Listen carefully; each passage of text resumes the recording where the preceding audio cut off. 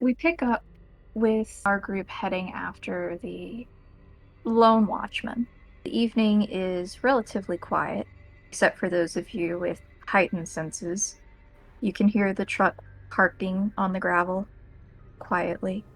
You hear the door open to the modular building that you're staying beneath, where your palace has been made.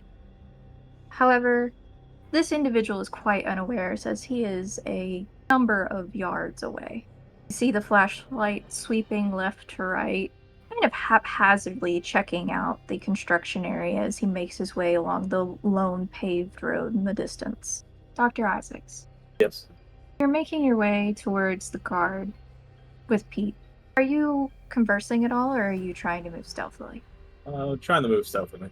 All right, well, then the two of you please roll dexterity stealth for me. We'll put the DC at 2. We have a 2 and a 3. Make your way onto the pavement, no longer concerned with the rustling of grass or bushes around you near the building's complete. And you can tell that he is a bit further out, more into the open now. He's looking more at the slabs and where they've placed trusses and framing materials out towards the end of the stretch. And you can tell that even over the few nights that you've been here, there's been considerable expansion in the vertical construction already taking place. Where he is currently positioned, you believe that though you're quiet in your approach, there's very little to hide behind out there.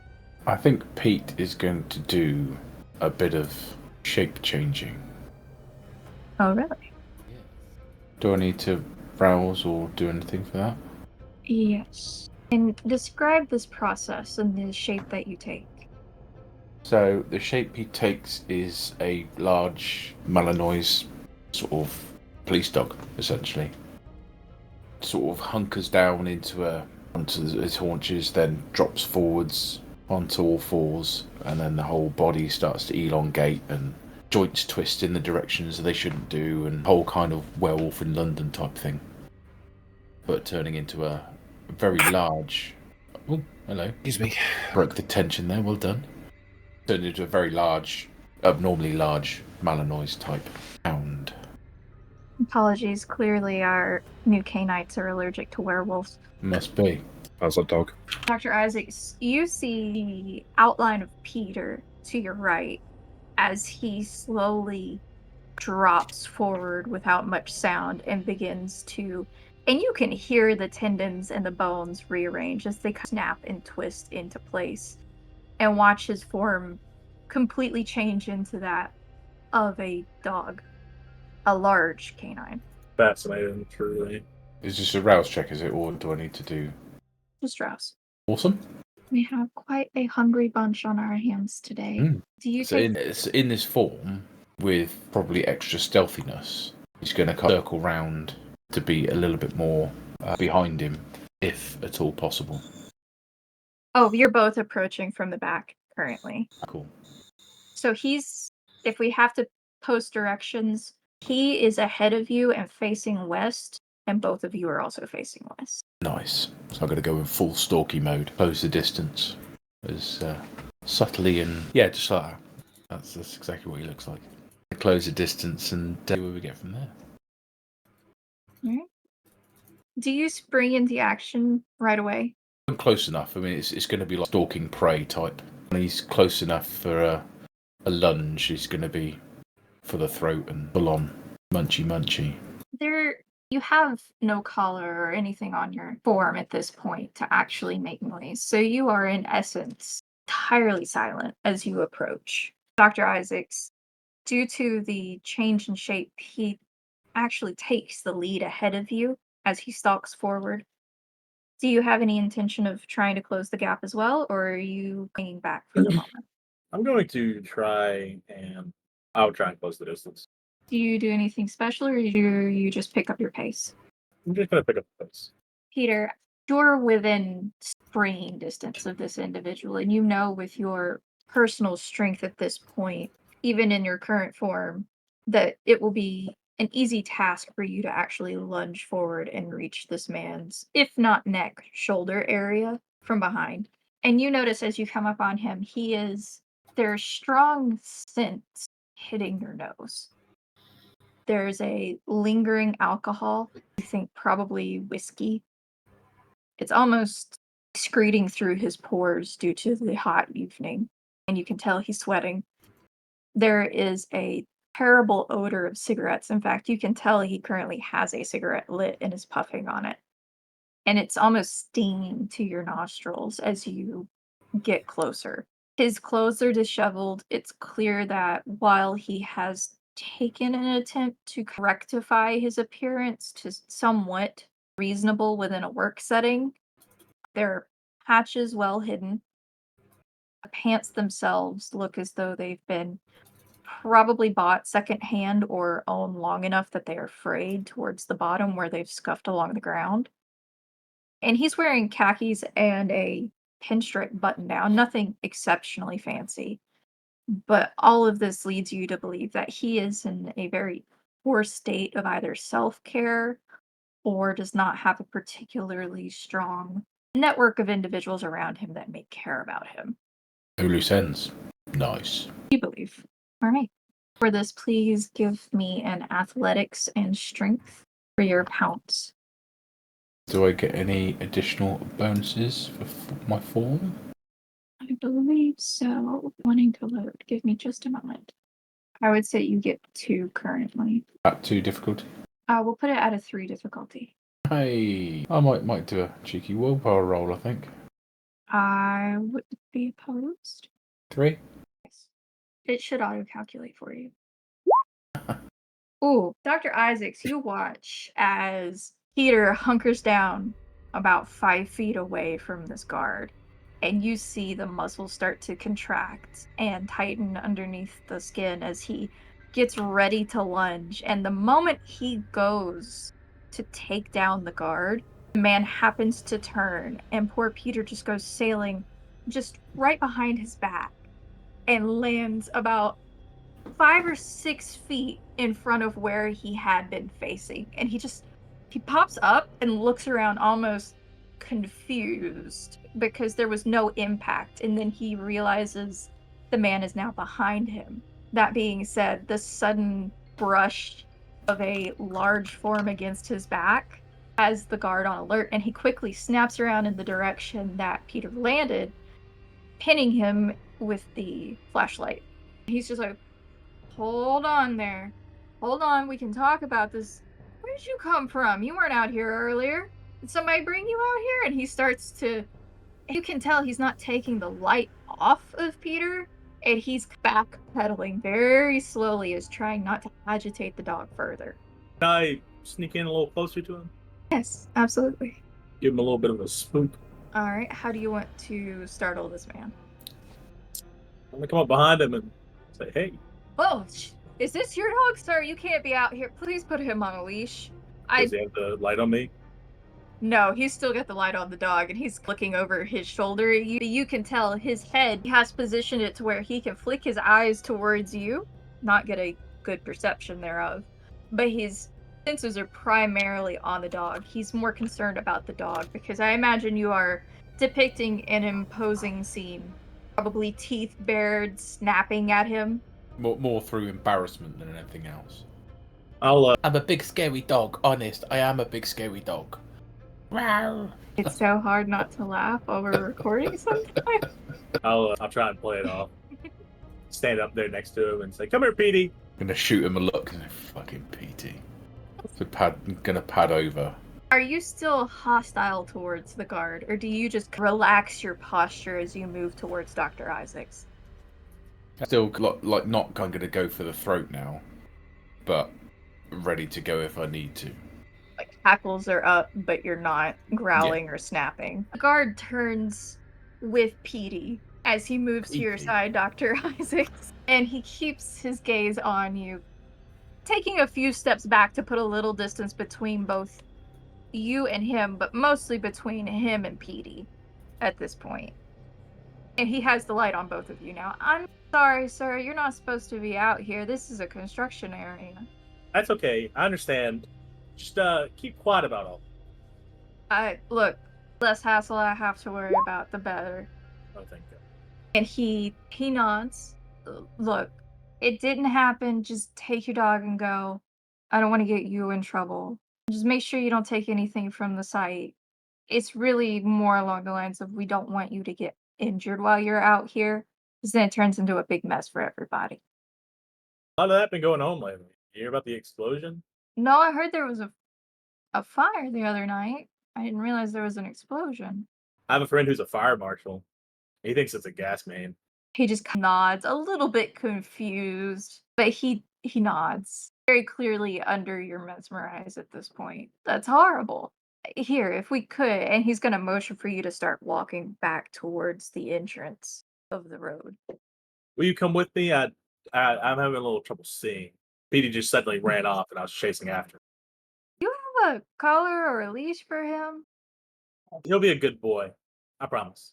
Here, you walk in front and I'll use the flashlight. And he's going to follow behind you and Petey by about 2 or 3 steps. But he makes sure to use the flashlight so you can see where you're walking on the road. Huh. We will cut back to Jules. You've just finished your conversation with Smokey and he has hung up the phone. A dead line greets you. His dial tone sitting there. She'll hang up the phone, Joy finish up her cigarette, and then go back to the truck where Anne is. I can't remember who is watching over Anne. I think Hank? I think. Yes. Yeah. You are correct. Hank is currently with Anne. And She seems surprisingly docile. You don't hear any shouting or fighting, and as you walk towards the red, affectionately known truck, they are sitting there in what seems to be almost polite conversation. He still has her firmly held so she can't break free, or at least she's not trying to at this point. Can I hear what they're talking about? Or Do you have heightened senses? oh, I was saying I'm getting closer, not within heightened senses territory. Wits awareness, please. I'm probably gonna totally get this one wrong. And put this at a 3. And you said what's awareness? Correct. Wits awareness at a 3. And then I don't want to risk a hunger check. 2 or 3, so nope. You're not able to make out the words that they're saying, but you can see that at least Hank is holding a conversation. And as you get closer and peer in the window, Anne was saying something, but it was very similar to what you heard earlier. She was explaining, and that's why I want to get out of there. I don't want to be here. Look, I didn't realize that I was causing a problem. Just let me go. I'm fine meeting whoever. I just want to get out of here. She'll clear her throat. Anne's Okay. gonna look up, and she's looking at you upside down from where she's laying on the seat. And Hey, Jules. hey, just got off the phone with Smokey. He'll be here tomorrow night. Cool. Just Have you a bit. seen Dr. Isaacs and Peter around at all? No, I didn't see hide nor hair of him. Is there any sign of Frank, Toasty? Give me a wits awareness, please. An offhand character. That's the only thing I could remember that always said. Oh, she will relay that he just depends on the heat. 2 successes? You can make out a form in the distance. It's not too far off. You imagine he's probably maybe 200 feet away at most. He's nearly Why at the don't car we- park. Why don't we look to ditch this truck somewhere or keep it away for safety, even get into a palatial resting place that Hank's made and decide what we're going to do with down here? Good idea. Do you want to go with Frank to do that, and then I can watch our friend here? Yeah, of course. Yeah. Let's wait for the dog to get back. Has she been in trouble? Should be fine. Just chatting. Anne gives you an awkward smile, Jules, and she just nods in agreement with Frank. I'm sorry, Hank. Frank, you can see the figure of Jules standing beside Big Red and speaking to those inside. I'll stomp up to him. Frank, you going to ditch this car or put it somewhere safe for the night? Over my dead body. We're going to put it somewhere safe for the day, yeah? Come and Sure. pick it up in the evening. Back to where we put it before. What? Smokey's going to come and pick us up to the mall and Chilson's. What are we going to do with her between now and then? We'll ditch the truck, we'll get back to ditch the truck, we'll park the truck up, we'll get back to the lair and we'll make a decision to pack, yeah? wherever. And I think we'll just hang around and wait a bit to see when Petey and Dr. Isaacs get back. Where did they You're go so anyway? so lucky you don't live near me. Probably necking in the bushes. Excited for a nice long walk. Oh, well, it is a nice night. Stretch your legs. Jules, Frank, and Hank, please give me wits awareness at a 2. And that now I get. A 2, a 3, and a 3. 4 successes. No, you did wits the second time. It's away as the first time. Yeah, Yeah. festival, but let me do it again because that 2 successes was for something different. That was to see me. Wits. Yeah. Wits. That well-known role that we all get asked to make. 2 successes. There you go. All right. Hank, you notice as you're having this conversation and Anne is politely remaining quiet for the time being, you imagine because Frank is probably nearby and she remembers earlier. The light in the distance seems to be quickly panning left to right and spinning about almost, coming from the flashlight. And then you notice it lands on something. There's the outline of what looks to be a dog, and it stays there. And you notice that it moves ever so slightly as if the person has moved their attention. And then it follows the dog around, and you notice that Dr. Isaacs, along with the dog at his side, is walking in front in the light of the flashlight. Jules and Frank, the two of you notice this as well. However, the two of you can also have the satisfaction of having seen the light jump to the side in startled surprise just before it lands on the dog. Wow, I don't see that every day. When did we get a dog? I don't know. Maybe Dr. Isaacs found one. Are we? I know. We seem to be collecting things. So Where's Peter at? I don't see him anywhere. But that dog totally missed his target, so wow. So we not only have we got a dog, we got a shit dog. Jules left, basically. And it's very quiet in the truck, listening to you guys speak. But you do hear a slight guffaw or almost chuckle as you mention the dog missed their target. we'll wait for the flashlight to get closer. Also, out of character, I can't remember. Did we determine to keep the guard alive, or? We're gonna keep the guard I alive. That don't- was our name. Technically, we didn't decide, but we mentioned that another body turning up probably isn't a good idea. We'll just get rid of it better. Oh, really? I'll remember the mocking. The conversation held was, I'm pretty hungry, I could go for a bite. We should probably take care of the guard. And the TLDR was, you were going to deal with it with however it ended up going once you got there. You didn't decide against it, but you also didn't decide for completely getting rid of the guard. I was planning on eating him. Yes, I would like to point out 2 of the hungriest individuals in the party went after this person. I would also like to point out that you might figure out how much a human can sate a Cainite's thirst. I think you're in for a poor surprise. Jules is only at 3 hunger, so things can happen. Oh boy. So, how much they paying you for this job? Oh, not too much, but enough I can make my rent and get food on the table. It's not a great thing. I was hoping to get the new plant in town, but that job filled up real quick. Oh, I might have a little extra money if you're willing to overlook some stuff. Oh no, you don't have to worry about that. I already said I wouldn't report you for tonight. Some other stuff that I may know about.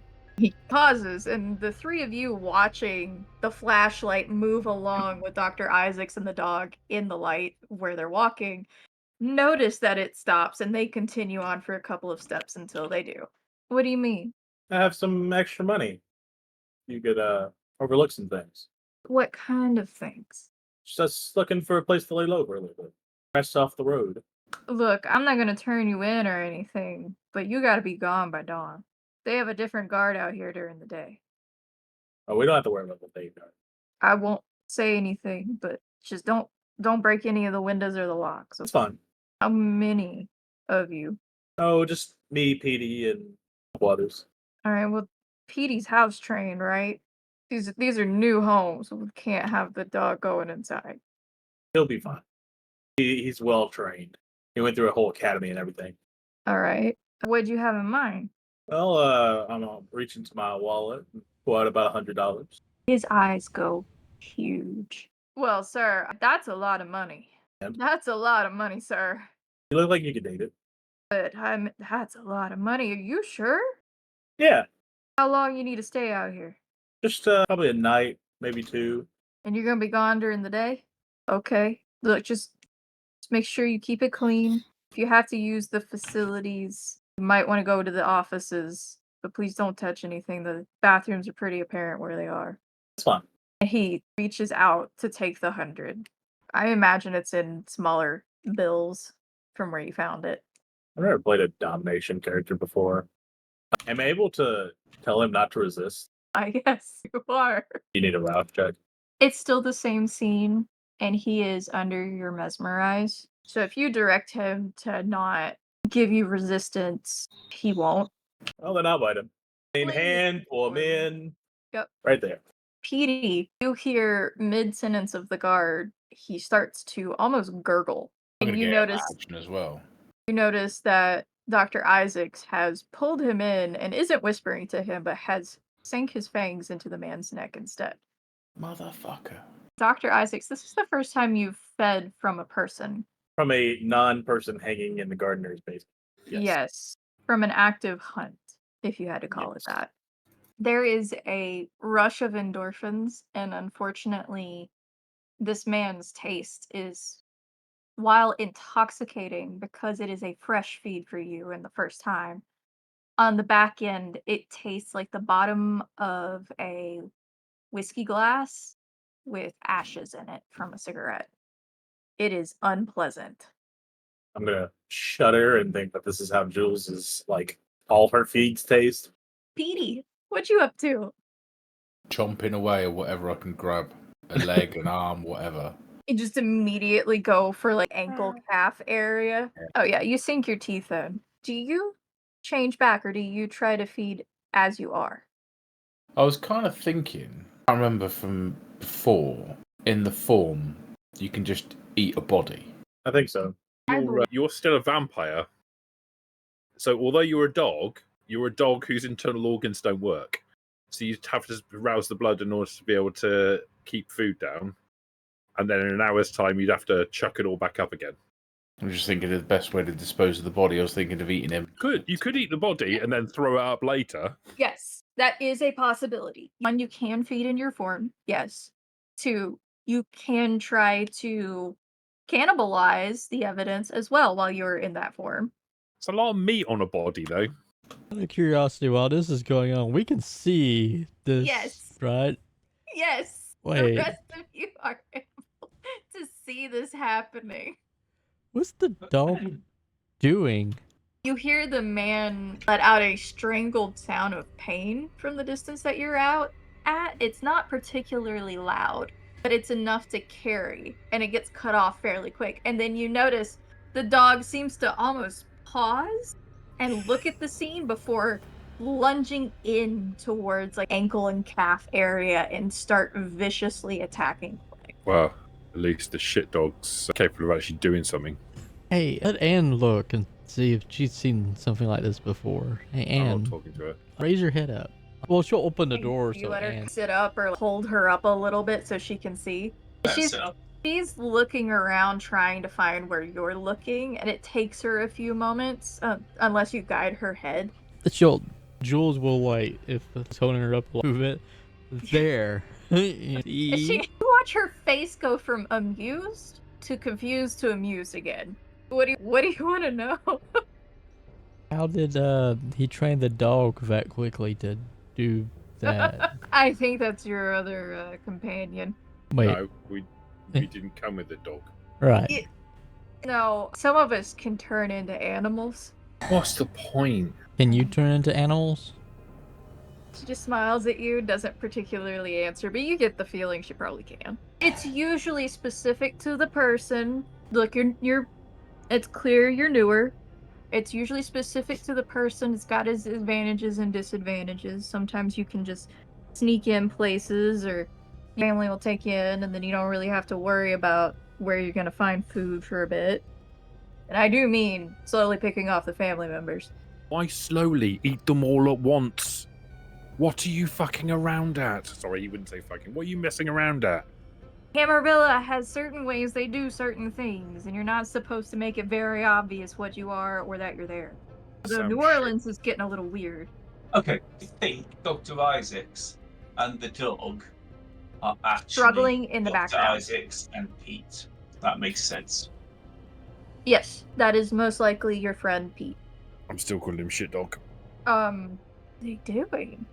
Why is he shaking so much? He doesn't. Like, she goes to move her arm, but it's still partially pinned to her side, so you just see her kind of hand midair. So wait, they stopped and had a conversation with him and then jumped on him. I guess it went poorly. I don't understand. I guess we have to be there. I'm sure they'll bring us up to speed. Yeah, I'm sure they'll In the regale background, us. you see the flashlight flailing in one arm, and you can see that it is clearly trying to hit the back of Dr. Isaacs once or twice, like against him. There's no particular force behind it, and it is just a very odd, like, of a disco lamp going off in the background where it's catching bits of the dog chewing on the leg and the other leg at this point. And then it's partially That's not silhouetting. conspicuous. It's partially silhouetting Dr. Isaacs as he's feeding as well. And they're kind of around as the body itself is becoming off balance. Are you sure there's only one guard here that they needed to deal with? Jules will ask, looking at both Frank and There Hank. was only one guard. I didn't see no one. This flailing flashlight, this isn't going to attract any attention, is it? But to us. Right, okay. How far away are they, Toasty? A good probably 200 yards or more. I try to make my way over there with the sole intention of grabbing that flashlight and either switching it off or breaking it or stopping it waving around like a bloody disco light. We'll keep it. It's Look, we got to take the car anyway. Let's drive up there, pick them up, pick up the body, and we can get rid of it. Are you in the driver's seat still? Yeah, I'll drive us over there. All right. What are you doing? You jumping in the cab or in the back? Is she still in the cab? She is Yeah. in the cab. Fuck's sake! I'll get in the back. Then Jules will get up in the passenger seat then. She is still kind of laid across like a lap bar almost at a roller coaster, and she seems completely content for the time being. She has not tried to unleash unholy hell upon you to escape, and she's answering most of your questions, though she is being a bit quieter now that Frank is around.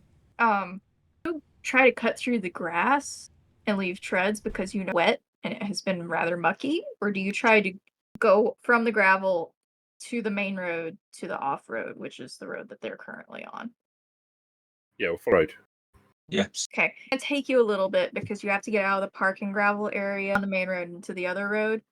So it takes about 2 or 3 minutes to effectively follow and get over there.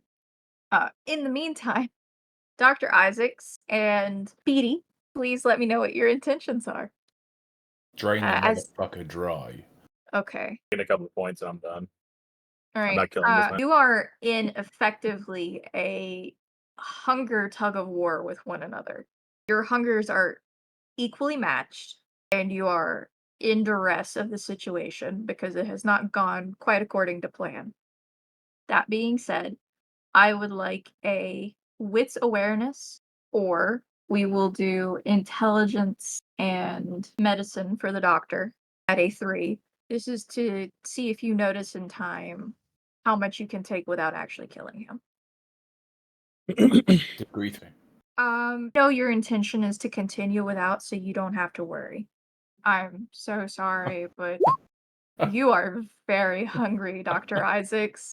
You are intensely hungry. So it was one or the other. Unfortunately, you rolled wits awareness first, which was a bestial failure. I should have been a little more clear on that. I didn't roll wits awareness. He rolled wits awareness. Oh, wits awareness. I'm sorry. Never mind. Sorry. Okay, you are able to notice that he is fading much faster than anticipated. So you can try and hold on for 2 dots and risk being the one to kill him, or you can take a single dot and break away. I'll take a single dot. All right, you take a single dot and you feel the tug of war that you're losing with Peter right now as he feeds in his current form. And he is voracious. Every bite is just exsanguinating this man faster and faster. And despite your solid hold, the moment you let go, it's almost as though this man is torn out of your arms, just out of your hands, and he's on the ground and lolling side from side as Peter yanks him about. And you watch as the flashlight, and the rest of you can see this. You can see the flashlight going from this macabre disco scene almost to tilting over quickly and then rolling across the ground. With the ease that it rolls, you imagine it's probably on the asphalt on the other side. Illuminates the front of a partially framed home. Do I still have the money in my hand? Yes, you do. It's going back in my wallet. A little bit bloody now, but yes, you do. I can wash off. Banks exchange torn bills all the time. Take 3 points of hunger. Usually you would get everything, but unfortunately, because you were sharing, you do not fully sate yourself. Good enough for the time being. So you take 3, and the man, you can feel him pass. You feel the pace of his heart and the flow of his blood become sluggish before you know gone. The rest of you, do you use the headlamps? I'll use my vision instead. You slowly pull up to the macabre site in front of you, which is this large canine that you've only just seen moments before, in his final snaps and jerks of feeding, and Dr. Isaacs, who has taken a step or two away and seems to be putting bills back in a wallet. Okay. So much of the body left. I'll jump down off the back of the truck, pick up the flashlight. There's plenty of flesh and bone left. However, it is a brutal and unpleasant scene. Is there any plastic sheeting or tarpaulin on? Yes, there are, considering where this occurred, you're in the houses that have tarps and plastic sheeting nearby, not too far off. I'll go grab some. Cool. Between Frank and I will grab some sheeting, plastic stuff, and roll the body up, getting as much of it and the blood, plastic sheeting as we can. Roll top, chuck it in the back of the truck. All right. That takes you a few minutes. With your combined effort, you do a fairly good job. However, you do notice that there is a large amount of blood which has seeped out onto the asphalt. Oh, can't do anything about that. So it rains. We're on the builder side. Can we find any? Is there any rope? Yes, if you're looking around, and that brings me to my next point. Jules, what do you do as you get up there? Jules will stay in the truck with Anne. Do you want to do anything in particular? I'm gonna have to do the thing just in case she gets rowdy. Gonna have to rouse the blood, right? For toughness. That is entirely up to you if you wish to do this. Of course, because not that Jules doesn't trust her, it's just that Jules doesn't trust her. Toasty? Yeah. Yeah, a second. Can you ping on the map exactly where we are? Yes, give me just a moment. Gotcha. Go ahead and please make that rouse check. Gotcha. This will be for toughness and then shatter. I don't know if that's an extra rouse check or not. Just a moment. I will double check for you. Okay. Succeeded. And then... Shatter is a rouse check. Okay. Let me go ahead and do that one too. Oh, I'm at 4 hunger now. Oh boy. It is very blurry for me. Give me just a moment. The blue circle is roughly where you're at. We're in La Place. Yes. So are we not the town that we were at? That is the town you're at. All right. Okay. How are we physically from the river right now? Ooh, a good number of miles. You're probably, ballpark figure, 20 to 30 miles away from the river. Okay. Water. Have we driven past or driven anywhere near waterways at any point? I know there's also canals and stuff nearby. Yes. Have we nearby any waterways? 32 to 48 kilometers away from the river, roughly. Jesus. Yes. Unfortunately, the river is the largest waterway that you've been near. The canals here, although they are considerably deep and do have large metal piping for storm drain entrances, are not usually filled with water unless during a rain event. You could easily fit a person into one of those drains, That's fine. but I'll say this, there's not enough water in the drain itself to move them at the current time. And they usually go in a singular direction. There is not a large of crisscross intersections outside of towns or suburb areas. Frank, do you know much about the house build? Sorry, you said Ben? No, I said Frank. Sorry. Dr. Isaacs. No, I don't think you know much about house building. He might. You might know all. Dr. He Isaacs, might- you know anything he about might- No, I don't know anything about Right. house building. Frank, do they at some point dig foundations and then pour cement in on top of that? I think. Yes. Yeah. Why don't we just find a foundation that's been dug, dig down a bit, put the body in there, cover it up, and then hopefully tomorrow someone's going to pour a shitload of cement on top of that. Job done.